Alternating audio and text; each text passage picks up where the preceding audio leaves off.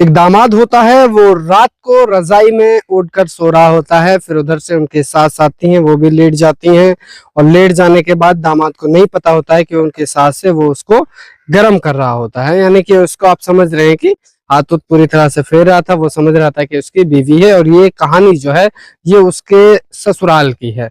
मैं आपको बता दूं, ये सच्ची घटना जो है कि ये उत्तर प्रदेश के कुशीनगर जिले की है।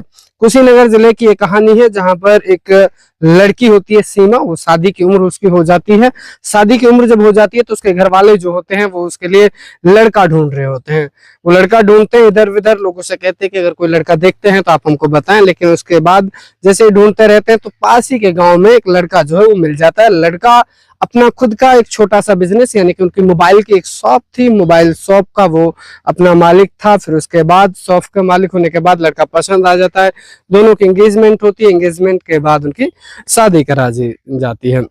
शादी हो जाने के बाद सीमा जो है वो दिनेश नाम का लड़का है जिनके साथ उनकी शादी की जाती है, उसके घर आ जाती है। दिनेश के घर आने के बाद फिर रिश्ता दोनों अच्छा चलता है। इधर सीमा का परिवार भी बहुत अच्छा खासा परिवार है। सीमा के भाई हैं, सीमा का पिता है और सीमा का पिता भी नौकर है, सीमा का भाई भी नौकर है। उनकी माँ, उनकी भाभी, सब लोग अच्छे से रहते हैं अपने परिवार में। इधर सीमा जहाँ आती है वो अकेला था, दिनेश जो है वो अकेला था और वो भी अपने परिवार के साथ, सीमा के साथ खुश था। अच्छे से पूरा जीवन चल रहा था। ऐसे समय बीत जाता है, वक्त बीतता है और फिर उसके बाद जो है सीमा कहते हैं कि अब मुझे घर या गाँव जो है वहां मिला लाओ। तो उनका पति जो है वो कहता है कि नहीं, हम चलते हैं। ऐसे काफी दिन गुजर जाते हैं कहते कहते। फिर एक दिन कहता है सीमा का पति कि कोई नहीं, आज शाम को जैसे मैं शॉप से आऊंगा, शॉप के बाद आपके गांव चलेंगे, आपके मायके चलेंगे। तो उसके बाद सीमा भी अपनी पूरी तैयारी कर लेती है, पैकिंग कर लेती है, क्योंकि बहुत दिनों बाद जो है वो अपने गाँव के जाने का उसको मिला है कि आज जो है दिनेश आएंगे तो हम लोग जाएंगे। पूरी खुशी में होती है और सीमा जो है उसके साथ चली जाती है। लोग बाइक पे जाते हैं और क्योंकि पास में गांव था इसलिए वो ज्यादा वक्त भी नहीं लगता है, वहां से लगभग 20 मिनट 1 घंटे का सफर भी नहीं था। तो वो लोग अपने घर पहुंच जाते हैं। ससुराल में उसकी अच्छी खासी खिदमत होती है और दिनेश जो है वो सीमा को छोड़ के आ जाता है। फिर लगभग उसको 1 महीना सीमा को वहां हो जाता है। सीमा फोन करती है कि चलो अब बहुत दिन हो गए, आप मेरे घर आ जाइए। और इधर से दिनेश जो है वो भी उसको बार बार फोन कर रहा होता है। तो सीमा कहती है उससे जब भी बात होती है कि देखो मैं बहुत दिनों बाद आज आई हूँ और ये है होता है हमारे यहाँ रस्म है कि गांव में रुकना पड़ता है। इस वजह से यहाँ जो घर वाले जो है, यानी कि उसे कहते हैं कि शायद सावन के महीने में हिंदू समाज में ऐसा होता है कि जब बेटी को उसके घर रहना होता है, तो इस वजह से लगभग काफी टाइम तक उसको छोड़ना पड़ता है दिनेश को। फिर एक दिन दिनेश अपने ससुराल पहुंच जाता है लेने के लिए और सर्दियों का दिन जो है तब शुरू हो गया था। कई महीने उसको बीत गए सीमा को वहां पे। तो कई महीने जब दिनेश वहां पहुंचता है तो सर्दियों का दिन था, दिसंबर की सर्दी थी, बहुत मीठी मीठी सर्दी होती है और लास्ट दिसंबर चल रहा था। तो वो कहता है सीमा से कि सीमा बहुत दिन हो गए हैं हम लोगों को मिले और कमरा भी खाली है, मैं यहाँ पे अकेला हूँ। क्योंकि अच्छा खासा घर था, बड़ा परिवार नहीं था सीमा का, लेकिन घर बड़ा था, अलग कमरा मिला हुआ है। तो सीमा ऐसा करते हैं हम लोग आज रात को मिलते हैं। ये सारी बातें जो हैं सासू माँ के पास जब बैठी थी सीमा, तो तब उन्होंने घर परिवार की बातें की। घर परिवार की बातें करने के बाद सीमा से ये बातें उन्होंने कही कि सीमा ऐसा करते हैं वैसा करते हैं। तो सीमा कहती है चलो कोई नहीं, क्योंकि सीमा अपनी माँ के पास सोती है। सीमा कहती है कि जैसे ही माँ सोएगी तो मैं आ जाऊंगी। उसके बाद देर रात होती है और सीमा जो है वो अपने पति के पास चली जाती है, लेकिन उसकी माँ की जो है वो आंख नहीं लग रही होती, वो जगी रहती है। फिर वो कॉल पे बात करते हैं तो उस सारी बातें वो सुन भी लेती है।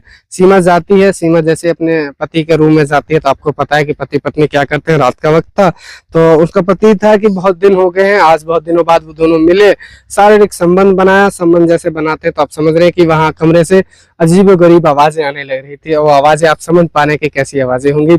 अब उन आवाजों को सुनने के बाद उसकी जो सास होती है, यानी कि दिनेश की जो सास होती है, सीमा की माँ होती है, उसके मन में भी कुछ जगने लगता है, उसके मन में भी कुछ आने लगता है उनकी बातें सुनकर। क्योंकि सीमा की माँ जो है वो अभी ज्यादा बुढ़ी नहीं हुई थी, उनके पिता जो है वो मतलब वैसे हो गए थे कि वो इस हालात में नहीं थे कि कुछ आगे का प्रोग्राम जो है वो बनाया जाए। आप समझ पा रहे हैं सारी चीजों को। तो उसके बाद वो सीमा की माँ जो है वो जगी रहती है, सारी चीजें सुनती है, लेकिन वो आराम से लेटी होती है। सीमा आ जाती है, फिर कुछ टाइम बाद जैसे सीमा आ जाती है तो सीमा थक जाती है और वो आराम से सो जाती है। फिर जो है दिनेश का मन बनता है और दिनेश फिर फोन करने लगता है। फोन करता है, सीमा उठाती है फ़ोन। उठाने के बाद सीमा जो है वो उसे कहती है कि आपको समझना चाहिए, मैं अपने गाँव में हूँ, अपने घर हूँ, माँ के पास हूँ।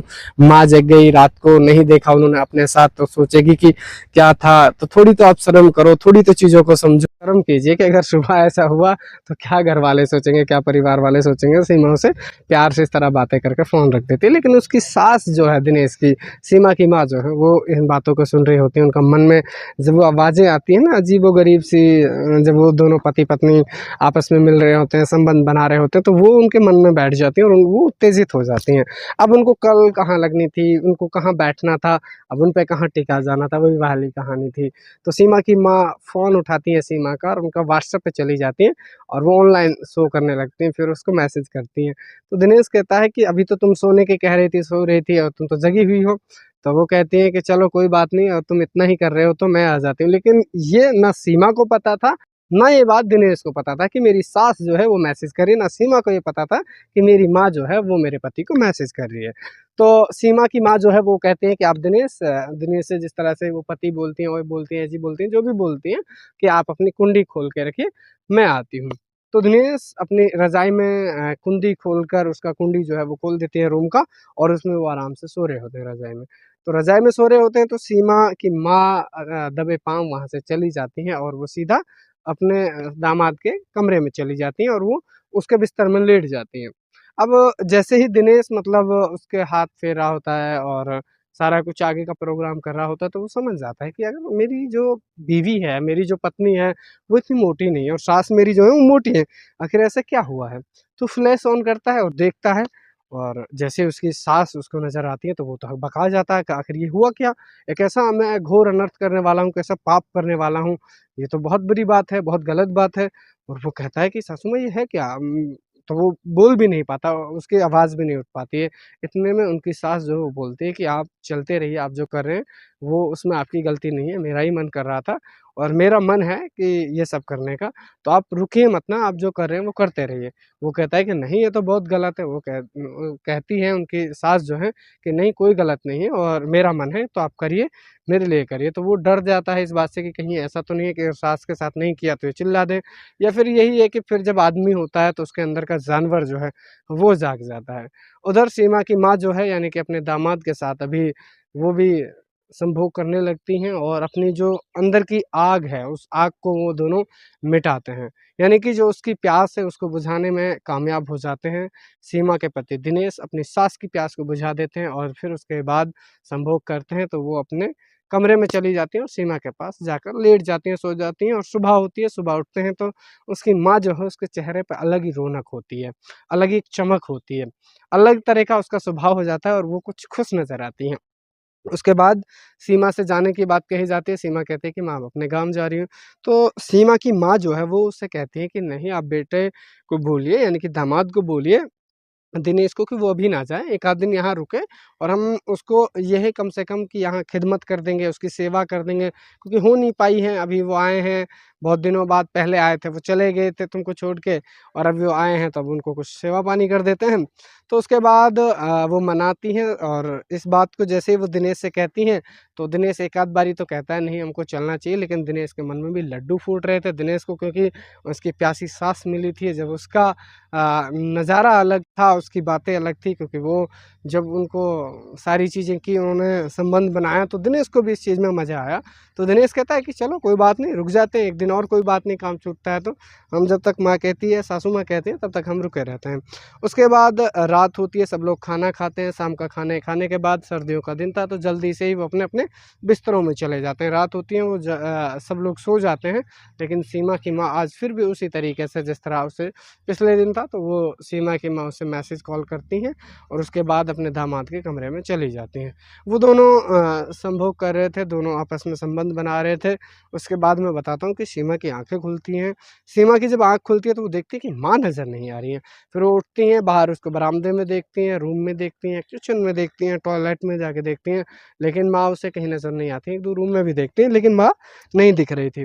तो जैसे ही वो वहाँ उसके पति का जो कमरा था, दिनेश का कमरा था, उसके पास से गुज़र रही थी, तो उसे अजीब-गरीब आवाज़ आ रही थी। वही जिस तरह आप समझ पा रहे हैं कि जो आवाज़ें आ रही होंगी, जिस तरह की 1 दिन पहले सीमा की आवाज़ें उसमें से निकल रही थी, उसी तरह की आज आवाज़ें वहाँ उनकी माँ की भी आ रही थी और वो उनको सुन जाती हैं। तो सीमा सोचती है कि ऐसा तो नहीं हो सकता, लेकिन दिनेश तो अलग अकेला सोया है, मेरा पति तो अकेला सोया है, तो फिर ये कैसी आवाज़ें? फिर वो उसकी कुंडी जो है वो लगा नहीं जाता और वो लगाना भूल जाते हैं या फिर नहीं लगाते हैं, वो अंदर एंट्री कर लेती है और जैसे ही सीमा अंदर एंट्री करती है तो सबसे पहले लाइट ऑन करती है। जैसे ही लाइट ऑन करती है तो वो देखती है कि उनका पति और उसकी माँ उस अवस्था में थे कि उस अवस्था को देखकर हैरान रह जाती है और सीमा की पैरों तले से ज़मीन खिसक जाती है। ये देखकर सीमा बहुत ज़्यादा गुस्सा आ जाती है और बहुत ज़्यादा चीखने चिल्लाने लगती है और बहुत ज़्यादा चीखने चिल्लाने के बाद उसे अपने भाई और भाभी और उसके जो पिता हैं उसको बुला लेती है। उसी के साथ लगभग 5 मिनट तक वो चीखती चिल्लाती है और वहीं साइड में एक बहुत ही भारी वज़न का सामान रखा था, एक वस्तु रखी थी जिसको वो दिनेश के सर पे मारती हैं। दिनेश के जैसे ही सर पे मारती हैं तो दिनेश के वहीं जो है जान निकल जाती है। जब उसके पिता और उसके भाई आते हैं तो नग्न अवस्था में उसको देखते हैं तो वो भी बहुत लज्जित हो जाते हैं, बहुत शर्माते हैं, बहुत शर्म आती है उनको और फिर उसके बाद वो दिनेश का हाथ पकड़ के देखते हैं, लेकिन उस वक़्त उस दिनेश में कोई जान नहीं थी, कुछ भी नहीं था। फिर उसके पिता जो हैं यानी कि सीमा के पिता जो हैं वो कॉल करते हैं पुलिस को, पुलिस बुलाते हैं और पुलिस को पूरी कहानी बताते हैं, किस तरह की ये घटना ऐसे-ऐसे हुई और सीमा जो है वो पूरा अपनी आँखों देखा हकीकत जो वाक़या है वो बताती है कि मेरे पति और मेरी माता जो हैं, मेरी माँ जो हैं, वो इस तरह की हालत में थे, नग्न अवस्था में थे, संभोग कर रहे थे। मैंने देखा तो मुझसे रहा नहीं गया, मेरे पैरों तले ज़मीन खिसक गई, मैंने ऐसा कुछ देखने के बाद मेरे से ये सारी चीज़ें हो गई। तो सीमा को गिरफ्तार कर लिया जाता है, पुलिस उसको गिरफ्तार कर लेती है। लेकिन आपको भी यही सीख कि आप इस तरह की घटना जो है जैसी करनी वैसी भरनी, तो आप भी दूर रहें और गलत तो गलत ही होता है, आप सही के साथ रहें, आप हमारे साथ बने रहें। लगातार हमारे चैनल को सब्सक्राइब करें और यहाँ पर सच्ची घटना और सच्ची इस तरह की अच्छी-अच्छी कहानियाँ सुनने के लिए आप हमारे साथ बने रहेंगे। हमारी वीडियो को लाइक करेंगे, शेयर करेंगे और हमको फॉलो करेंगे, ये हमें उम्मीद आपसे है। धन्यवाद। इस कहानी को सुनाकर हमें आपको डराना नहीं है, सिर्फ़ और सिर्फ़ आपको एक संदेश देना है, आपको जागरूक करना है। तो आप इस कहानी से जो कुछ समझ पाएँ वो समझिए और अच्छा समझिए और ये कहानी आप तक पहुँचाने का हमारा एक ही उद्देश्य है कि आप ऐसी चीज़ों से दूर रहें, गलत चीज़ों से दूर रहें। बहुत-बहुत धन्यवाद।